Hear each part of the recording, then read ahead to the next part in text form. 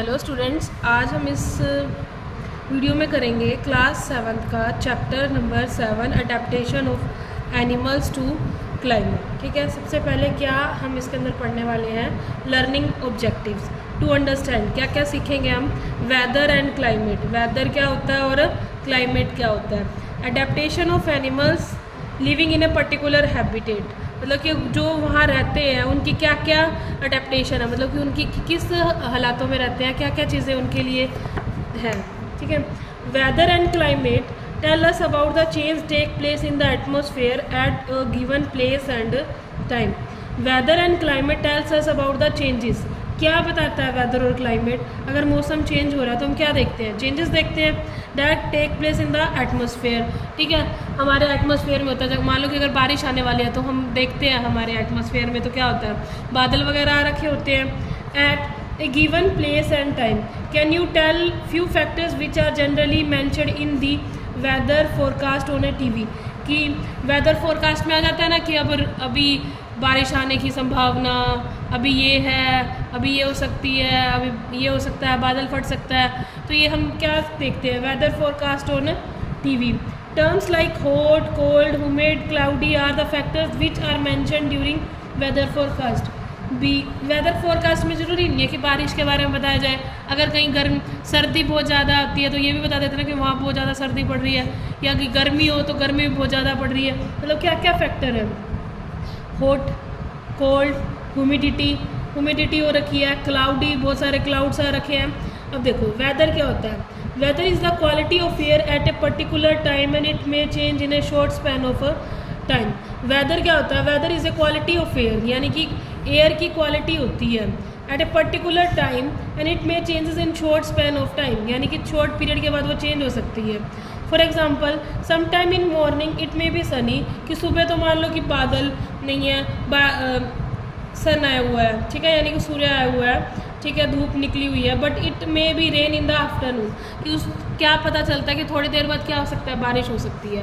तो यानी कि वेदर क्या होता है, क्वालिटी ऑफ एयर है एक पर्टिकुलर टाइम के लिए, उसके बाद वो क्या हो सकती है, चेंज हो सकती है। आ रहा बेटा तो सबको समझ में? हाँ, समझने में भी ध्यान दो। Climate, climate is a pattern of air over a longer period of time like summer and winter. ये तो शॉर्ट टाइम के लिए होता है, लेकिन जो क्लाइमेट होता है ना बेटा, वो air over a longer period of time. जो क्लाइमेट होता है वो किस लिए होता है बेटा, लॉन्गर पीरियड के लिए। जैसे समर है और विंटर है, जैसे गर्मी है, सर्दी है, वो टाइम के लिए रहती है ना।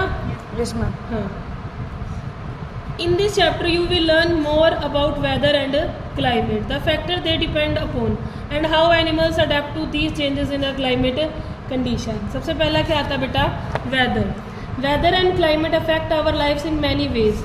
ठीक है, our clothes, eating habits, the crops we grow etcetera depend on weather. अब देखो, मान लो सारी चीज़ें वेदर पे डिपेंड करती है। मान लो अगर सर्दी है तो हम सर्दी के हिसाब से कपड़े डालेंगे, अगर गर्मी है तो गर्मी के हिसाब से कपड़े डालेंगे। जो फसल है, कई फसलें सर्दी में उगती हैं, कई फसलें गर्मी में उगती हैं।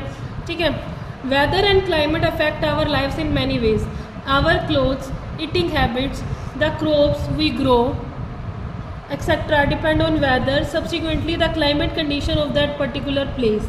ठीक है बेटा, the state of atmospheric condition such as, अब क्या क्या चीज़ें चाहिए, कौन कौन सी कंडीशन है, एक तो होता है रेनफॉल, बारिश, एक होता है टेम्परेचर, एक क्या होता है ह्यूमिडिटी, और एक क्या होता है स्नोफॉल। कौन कौन सी कंडीशन है बताओ, rainfall, temperature, humidity and rainfall, snowfall. क्या बेटा, snowfall. and winds at a specific place and time is called the weather of that place at a particular time.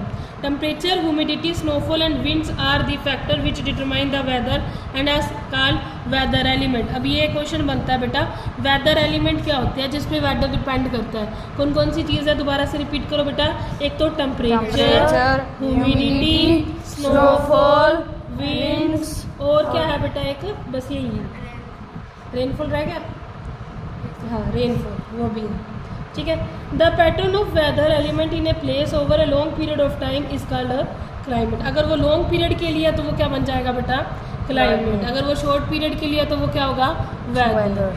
क्या होगा, weather. And such as summer, winter, spring, autumn, जैसे season होते हैं ना, summer season, autumn season, spring season और autumn, spring, winter, summer. Let us learn about the various terms use to describe the weather and climate of a place.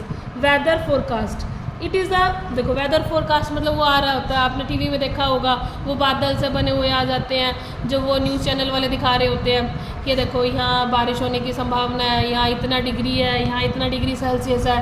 देखा बेटा, weather forecast it is a prediction करते हैं, predict करते हैं. अब ये ज़रूरी नहीं है कि अगर उन्होंने बता दिया कि बारिश होनी है तो वो होएगी, वो सिर्फ प्रिडिक्ट करते हैं.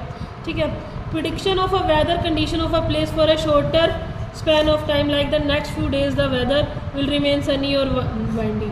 मतलब कि वो बता सकते हैं कि अगले दिन बारिश होएगी या नहीं होएगी, सिर्फ वो प्रिडिक्शन करते हैं.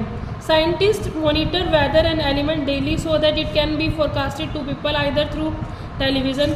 साइंटिस्ट हमेशा क्या करते रहते हैं, वेदर को देखते रहते हैं. ठीक है, ताकि वो टेलीविज़न के रेडियो और अदर मीडियम के हिसाब से क्या कर सके, बता सके. ठीक है, आगे देखो. The day-to-day condition of atmosphere at a place with respect to temperature, rainfall, humidity, wind speed, change in above activity is called the weather of a that place. ठीक है, अब एलिमेंट ऑफ वेदर जो हमने पढ़े थे, temperature, rainfall, snowfall और क्या रह गया, विंड स्पीड. ये सारों को हमने, ह्यूमिडिटी, ये सबको पढ़ना है. ठीक है, elements of weather, the various element of weather are, कौन कौन से थे दोबारा बताओ. Temperature, atmosphere, pressure, humidity, clouds, rain और विंड. सबसे पहला कौन सा है, temperature. Temperature is the degree of hotness of a place.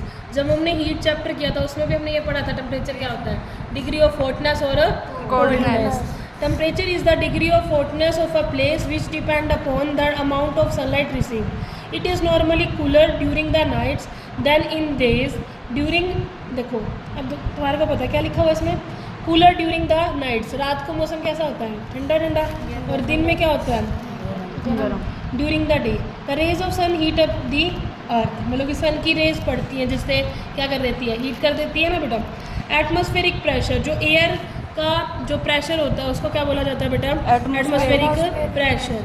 Atmospheric pressure is the force exerted by the weight of air on the earth surface. Cold air is heavier and therefore exert more pressure. जो ठंडी हवा होगी वो क्या होगी, भारी होगी, और वो क्या करेगी, ज़्यादा प्रेशर लगाएगी गर्म एयर से. ठीक है बेटा, अगला नेक्स्ट कौन से आते हैं हमारे, अगला नेक्स्ट आता है बेटा humidity. It is the amount of water vapour present in the atmosphere.